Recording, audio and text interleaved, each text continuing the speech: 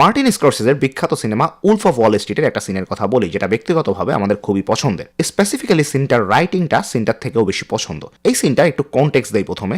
ডিক্যাপ্রিওর চরিত্র জর্ডানের সাথে দুজন এফবিআই এজেন্ট দেখা করতে আসে। জর্ডান হুট করে এত টাকা কামিয়ে ফেলার কারণে এফবিআই নজরে আসে ব্যাপারটা। এই যে 7-8 মিনিটের একটা সিন, এই সিনের মূল বক্তব্য হলো জর্ডান বোঝার চেষ্টা করেছে যে এফবিআই এজেন্ট কি সৎ না অসৎ, তাকে কি টাকা খাওয়ানো যাবে কি যাবে না। এই পুরো সিনটা এত সুন্দর করে লেখা হয়েছে। প্রথমে জর্ডান জানায় যে দুনিয়ার রিয়েল ক্রিমিনাল যারা আছেন তাদের রেখে তাদের মতো সহজ সরল মানুষকে কেন ধরছে, এটা নিয়ে কিছুক্ষণ ডিসকাশন করে। তারপর সে এফবিআই এজেন্টকে বলে ওয়াল স্ট্রিটের বড় বড় অফিসগুলোতে ইনভেস্টিগেট করতে, সেখানে ভয়ঙ্কর সব ক্রাইম হয়। যে এফবিআই এজেন্ট তাকে ইনভেস্টিগেট করতে এসেছে সেও যে এককালে জর্ডানের মতো ব্রোকার লাইসেন্স নিতে চেয়েছিল, এই ইনফরমেশনটাও জর্ডান এক ফাঁকে তাকে জানিয়ে দেয়, যেন এজেন্ট বোঝে জর্ডানও ভালো রিসার্চ করেছে। তারপর জর্ডান সেই এজেন্টের বাৎসরিক ইনকাম সম্পর্কে আলাপ করে। এরপর জর্ডান বলে যে fire fighter, teacher, FBI agent যারাই সৎভাবে চাকরি করে তাদের বেতন সবসময় অমানবিকভাবে কম থাকে, এটা একদমই অন্যায়। এই ধরনের অসংখ্য এদিক সেদিক কিন্তু রেলিভেন্ট আলাপের পর 5 মিনিটের মাথায় জর্ডান প্রথম এফবিআই এজেন্টকে ঘুষ দিতে যায়। In that situation, I mean, in that particular trade, it was one trade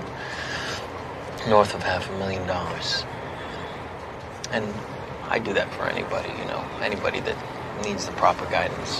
এই যে একটা সিন, এই সিনটা বাংলা কোনো সিনেমা সিরিজে থাকলে 1 মিনিটের মাথায় আলাপ শুরু করে দিত যে সৎ লোকের টাকা পয়সার অনেক সমস্যা থাকে, আপনার তো টাকার দরকার, আপনি প্লিজ ঘুষ নেন। 2 মিনিটের মাঝে সিন শেষ, পরের ঘটনায় চলে গেলাম। একটা ইন্টেন্স সিচুয়েশনকে যে ধীরে ধীরে আনফোল্ড করবার ব্যাপারটা, এই ব্যাপারটা রিসেন্ট টাইমে বেশিরভাগ বাংলার পরিচালক বা লেখকরাই বোঝেন না।